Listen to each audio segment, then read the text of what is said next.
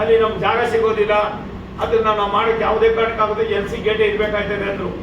ಇಲ್ಲ ಅದು ಬೇಕಿಲ್ಲ ಅಂತ ಹೇಳಿ ಅಲ್ಲಿ ಒಂದು ಕಡೆ ROB ಇನ್ನೊಂದು ಕಡೆ FOBನ ಮಾಡೋದಕ್ಕೂ ಕೂಡ ನಾವು ಯೋಚನೆ ಮಾಡಿದ್ದೀವಿ. ಹಾಗಾಗಿ ಸಾರ್ವಜನಿಕವಾಗಿ ನಾವು ಇವತ್ತು ಇದಕ್ಕೆ ಒಂದು ದೊಡ್ಡ ಉತ್ತೇಜನವನ್ನು ಕೊಡ್ತಕ್ಕಂಥದಕ್ಕೆ ನಾವು ವಿವಿಧ ಹಂತದಲ್ಲಿ ನಾವು ಇದನ್ನು ತೀರ್ಮಾನ ಮಾಡಿದ್ದೀವಿ. ಮತ್ತೆ ನಮ್ಮಲ್ಲಿ ಜನಸಂದಣಿ ಒತ್ತಡ ಒಂದು ದಿನಕ್ಕೆ ನಮ್ಮ ಕ್ರಾಂತಿವೀರ ಸಂಗೊಳ್ಳಿ ರಾಯಣ್ಣ ಇಂದ 130 ಟ್ರೈನ್ಗಳಷ್ಟು 150 ಟ್ರೈನ್ಗಳು ಒಂದು ದಿನಕ್ಕೆ ಓಡಾಡ್ತವೆ. ಒಟ್ಟು ಬೆಂಗಳೂರಿನಿಂದ 300 ಟ್ರೈನ್ಗಳು ವಿವಿಧ ರಾಜ್ಯಗಳಿಗೆ, ವಿವಿಧ ದೇಶಗಳಿಗೆ, ವಿವಿಧ ಭಾಗಗಳಲ್ಲಿ ಸಂಚರಿಸ್ತಕ್ಕಂಥದ್ದು ಇಡೀ ವಿಶ್ವದಲ್ಲಿ ಐ ಥಿಂಕ್ ಮೊದಲನೇದು ಅಂತ ಕಾಣಿಸ್ತದೆ ಬೆಂಗಳೂರು. 300ಕ್ಕೂ ಮೇಲ್ಪಟ್ಟು ಟ್ರೈನ್ಗಳು ನಮ್ಮಲ್ಲಿ ಓಡಾಡ್ತಾ ಇದೆ. ಈ 300 ಟ್ರೈನ್ಗಳನ್ನು ಓಡಾಡ್ತಕ್ಕಂಥ ಟ್ರೈನ್ಗಳಿಗೆ ನಾವು ಮೂಲಭೂತವಾಗಿ ಅದನ್ನ ಯಾವ ರೀತಿ ಮಾಡಬೇಕು ಅನ್ನೋದನ್ನ ತೀರ್ಮಾನ ಮಾಡಿ ಭಾರತ ಸರ್ಕಾರದ ನಮ್ಮೆಲ್ಲರ ನೆಚ್ಚಿನ ಪ್ರಧಾನಮಂತ್ರಿಗಳು ಬೆಂಗಳೂರಿನ ಯಲಹಂಕದಲ್ಲಿ ನಮ್ಮ ಮಂತ್ರಿಗಳಾದ ಸನ್ಮಾನ್ಯ ಅಶ್ವಿನಿ ವೈಷ್ಣವ್ ಅವರು ಕುಳಿತುಕೊಂಡು ಚರ್ಚೆ ಮಾಡಿ ಯಲಹಂಕದಲ್ಲಿ ನಾವು ಏನೀಗಾಗಲೇ ನಮ್ಮ ವೀಲ್ ಆಕ್ಸನ್ ಫ್ಯಾಕ್ಟರಿ ಇದೆ, ಅಲ್ಲಿ ಒಂದು ಮೆಗಾ ಕೋಚಿಂಗ್ ಟರ್ಮಿನಲ್ ಅನ್ನ ಮಾಡ್ತಕ್ಕಂಥದಕ್ಕೆ ಬಡ್ಜೆಟ್ ಅನ್ನು ಕೂಡ ಮಾಡಿ ಅದರ ಕ್ರಿಯಾ ಯೋಜನೆಯನ್ನು ಕೂಡ ಇವತ್ತು ನಾವು ಯಾವ ರೀತಿ ಮಾಡಬೇಕು, ಎಷ್ಟು ಟ್ರೈನ್ ಬರ್ತದೆ, 16-17 ಪ್ಲಾಟ್ಫಾರ್ಮ್ ಬರ್ತವೆ.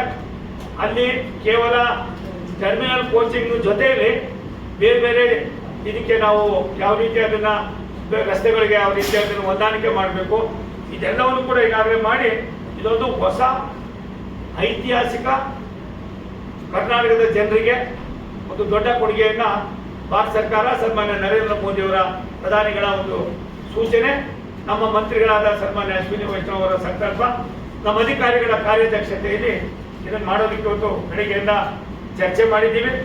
ಚರ್ಚೆಯ ಜೊತೆಯಲ್ಲಿ ನಾವು ಯಲಹಂಕದ ಮೆಗಾ ಕೋಚಿಂಗ್ ಟರ್ಮಿನಲ್ ವಿಶ್ವದ ಭೂಪಟದಲ್ಲಿ ಇಷ್ಟು ದೊಡ್ಡ ಪ್ರಮಾಣದಲ್ಲಿ ಆಗ್ತಾ ಇರ್ತಕ್ಕಂಥದ್ದು ಮೊದಲನೇದು. ಈ ಮೊದಲನೇದನ್ನ ನಾವು ಕಾರ್ಯರೂಪಕ್ಕೆ ತರೋದು ಮುಖೇನ ನಾವು ಯಾವ್ಯಾವುದಕ್ಕೆ ಎಷ್ಟೆಷ್ಟು ನಾವು ಕೆಲಸ ಮಾಡ್ಬೋದು ಅನ್ನೋದನ್ನು ಕೂಡ ನಾವು ಮಾಡ್ತಾ ಇದ್ದೀವಿ. ಇದಕ್ಕೆ ಬೇಸ್ಮೆಂಟು, ಫಸ್ಟ್ ಫ್ಲೋರು, ಸೆಕೆಂಡ್ ಫ್ಲೋರ್ನಲ್ಲೂ ಕೂಡ ಟ್ರೈನ್ಗಳನ್ನು ಯಾವ ರೀತಿ ತಗೊಂಡು ಹೋಗ್ಬೇಕು, ಯಾವ ರೀತಿ ಕೆಲಸ ಮಾಡಬೇಕು, ಅದನ್ನ ರಿಪೇರಿ ಕೆಲಸ ಏನು, ಮತ್ತೊಂದೇನು, ಎಲ್ಲವನ್ನೂ ಕೂಡ ನಾವು ಇದನ್ನ ಕನ್ಸಿಡರ್ ಮಾಡ್ತಕ್ಕಂಥ ಮಾಡಿ ನಮಗೆ ಬೇಕಾಗಿರೋದು ಜಾಗ, ನಮ್ಮ ಜಾಗ ಬಿಟ್ಟರೆ ಭಾರಿ ಕಡಿಮೆ ಇದೆ. ಅದು ಕೇವಲ ಸ್ವಲ್ಪ ಜಾಗ ಇದೆ. ಅದಕ್ಕೆ ನಮ್ಮ ಚೀಫ್ ಕಮಿಷನರು ಮಹೇಶ್ವರ ರಾಯರು ಕೂಡ ಬಂದಿದ್ರು. ಮತ್ತೆ ಹೌಸಿಂಗ್ ಬೋರ್ಡಿಂದ ಒಂದು ಸ್ವಲ್ಪ ಜಾಗ ಬೇಕಾಗಿದೆ, ಸರ್ಕಾರದಿಂದನೂ ಸ್ವಲ್ಪ ಜಾಗ ಬೇಕಾಗಿದೆ, ಖಾಸಗಿದ್ದು ಒಂದಷ್ಟು ಜಾಗ ಬೇಕಾಗಿದೆ. ಇದಕ್ಕೂ ಕೂಡ ನಾವು ಈಗಾಗಲೇ ಪತ್ರ ವ್ಯವಹಾರ ಮಾಡಿ ಅದನ್ನು ಇನ್ನೊಂದು ತಕ್ಷಣವೇ ತೆಗೆದುಕೊಳ್ತಕ್ಕಂಥದಕ್ಕೂ ಕೂಡ ನಾವು ಕ್ರಮವನ್ನು ತೆಗೆದುಕೊಳ್ತಾ ಇದ್ದೀವಿ.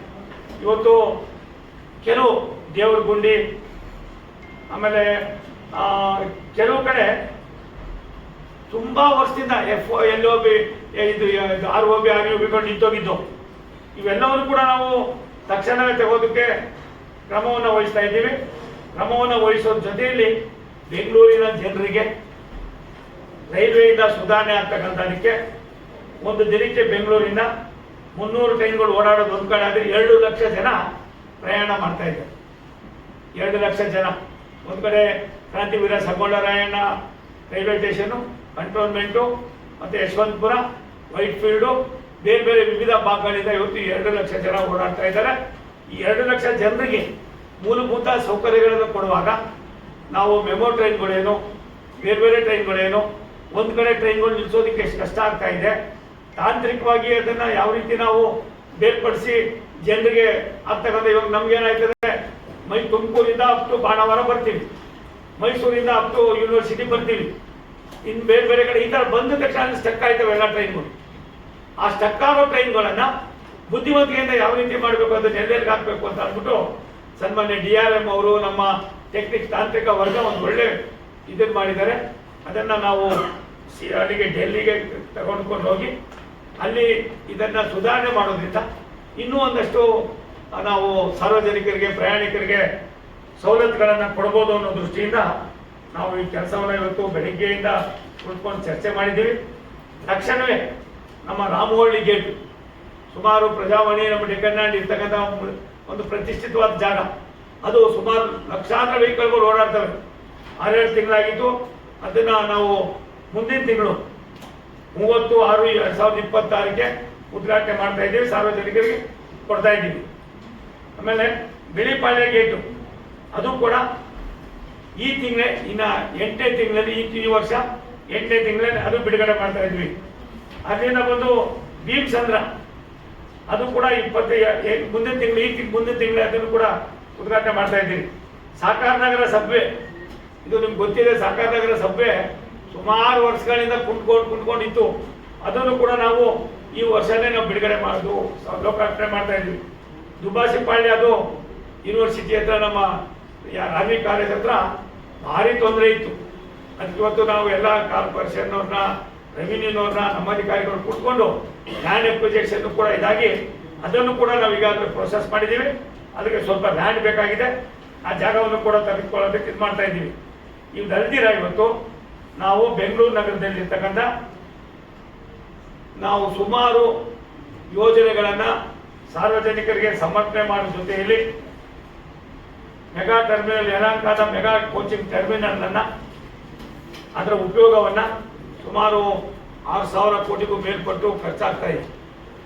ಇವತ್ತು ಒಂದು ರೈಲ್ವೆ ಜನಪರ ಕಾರ್ಯಕ್ರಮಗಳನ್ನ ಒಂದು ರಾಜ್ಯದಿಂದ ಮತ್ತೊಂದು ರಾಜ್ಯಕ್ಕೆ, ಒಂದು ಕಡೆಯಿಂದ ಮತ್ತೊಂದು ಕಡೆಗೆ ತೆಗೆದುಕೊಂಡು ಹೋಗ್ತಕ್ಕಂಥ ವ್ಯವಸ್ಥೆಗೆ ಬದ್ಧವಾಗಿ ಕೆಲಸ ಮಾಡೋದ್ರಿಂದ 110 ಕಿಲೋಮೀಟರ್ ನಮ್ದು ಇದಿತ್ತು ಸ್ಪೀಡು, ಅದನ್ನೇ 130 ಮಾಡಿದ್ದೀವಲ್ಲ ಸರ್, 110 to 130 ಕರ್ಕೊಂಡ 110 ಕಿಲೋಮೀಟರ್ ಸ್ಪೀಡ್ ಇತ್ತಮ್ಮ, ಅದನ್ನ 130 ಕಿಲೋಮೀಟರ್ ಮಾಡಿದ್ವಿ. ಮತ್ತೆ ಎರಡನೇದು, ಎಲ್ಲೆಲ್ಲಿ ಸಣ್ಣ ಪುಟ್ಟ ಹಡಲ್ಸ್ಗಳು ಆಗ್ತಾ ಇತ್ತು, ಮೊನ್ನೆ ನನಗೆ 1-2-3 ಕಡೆ ಕಳ್ತನ ಆಗಿತ್ತು. ಅಲ್ಲಿ ಬಂದು ಕಳ್ತನ ಮಾಡಿದವ್ರನ್ನ ಆ ತಕ್ಷಣವೇ ಹಿಡಿತಕ್ಕಂಥ ಕೆಲಸ ಮಾಡಿ ಇಬ್ಬರಿಗೆ ಈಗಾಗಲೇ ನಾವು ಇದು ಮಾಡಿ ಅವ್ರನ್ನ ಮಾಡ್ತಾ ಇದ್ದೀವಿ. ಚೈನ್ ಸ್ನ್ಯಾಚರ್ಸ್ನ, ಮತ್ತೊಬ್ಬರನ್ನ. ಒಂದು 24/7 ಯಾವುದಾದ್ರೂ ಒಂದು ಇಲಾಖೆ ತನ್ನ ಕರ್ತವ್ಯ ನಿರ್ವಹಣೆ ಮಾಡ್ತಾ ಇದ್ರೆ ಅದು ಮೊದಲನೇದು ರೈಲ್ವೆ. ಡಿಫೆನ್ಸನ್ನು ಹೊರತುಪಡಿಸಿದ್ರೆ ರೈಲ್ವೇದೇ ಎರಡನೇವರು ಆಗಿರೋದ್ರಿಂದ ನಾವಿವತ್ತು ಈ ಒಂದು ಬೆಳಿಗ್ಗೆಯಿಂದ ಚರ್ಚೆ ಮಾಡಿದ್ದೀವಿ.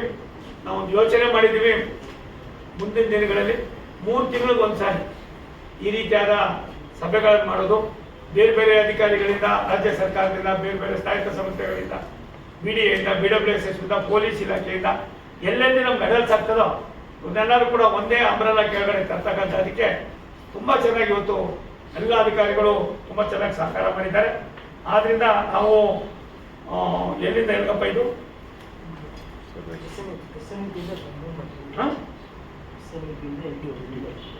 ಆದ್ರಿಂದ ನಾವು ಇವತ್ತಿನ ಬೆಳಿಗ್ಗೆಯಿಂದ ಅಧಿಕಾರಿಗಳ ಸಭೆಯಲ್ಲಿ ಕೆಲವು ತುಂಬ ಡ್ರಾಸ್ಟಿಕ್ ಆಗಿ ಬದಲಾವಣೆ ತರ್ತಕ್ಕಂಥ, ಅದಕ್ಕೆ ಅಡ್ಮಿನಿಸ್ಟ್ರೇಟಿವ್ ಮಾಡ್ರು ಅದನ್ನು ಚರ್ಚೆ ಮಾಡಿದ್ದೀವಿ. ನಾನು ಕನ್ವಿನ್ಸ್ ಆಗಿದ್ದೀನಿ. ನಾನು ನಮ್ಮ ಮೇಲ್ಪಟ್ಟದ ಅಧಿಕಾರಿಗಳನ್ನ, ನಮ್ಮ ಮಂತ್ರಿಗಳ ಹತ್ರ ಮಾತಾಡಿ ಅದನ್ನು ಕೂಡ ಕಾರ್ಯರೂಪಕ್ಕೆ ತರ್ತಕ್ಕಂಥ ಕೆಲಸವನ್ನು ಮಾಡ್ತಾ ಇದ್ದೀವಿ. ಇದಲ್ಲದೆ ಕರ್ನಾಟಕ ರಾಜ್ಯದಲ್ಲಿ ಸುಮಾರು 50,000ಕ್ಕೂ ಮೇಲ್ಪಟ್ಟು ಯೋಜನೆಗಳು ನಡೀತಾ ಇದ್ದೀವಿ.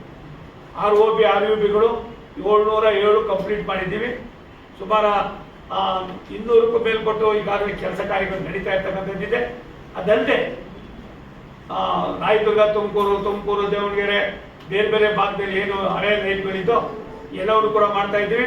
ಮತ್ತು 4 ಲೈನಲ್ಲಿ ನಾವು ನನಗನ್ನಿಸ್ತದೆ ತುಮಕೂರು ಬೆಂಗಳೂರು 4 ಲೈನ್ನ ತುಮಕೂರು ಬೆಂಗಳೂರು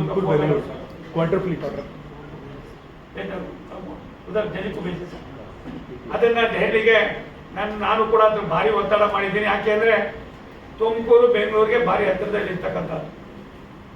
ಅದನ್ನ ನಾವು ಎಷ್ಟು ಮಟ್ಟಿಗೆ ಆದ್ಯತೆ ಕೊಡಬೇಕು ಆ ಕೊಡ್ತಕ್ಕಂಥದ್ರಲ್ಲಿ ನಾವು ತಗೊಂಡು 4 ಲೈನ್ ಮಾಡ್ತಾ ಇದ್ವಿ. 2 ಲೈನ್ ಇದೆ ಸರ್, ಅದನ್ನ 4 ಲೈನ್ ಮಾಡ್ತಾ ಇದ್ವಿ. ಈ 4 ಲೈನ್ ಮಾಡೋದ್ರಿಂದ ನೀವು ಬೆಂಗಳೂರಿನಲ್ಲಿ ವಾಸ ಮಾಡೋರು, ತುಮಕೂರಿನಲ್ಲಿ ವಾಸ ಮಾಡೋದು ಕೂಡ ಕಾಸ್ಟ್ ಆಫ್ ಲೈಫ್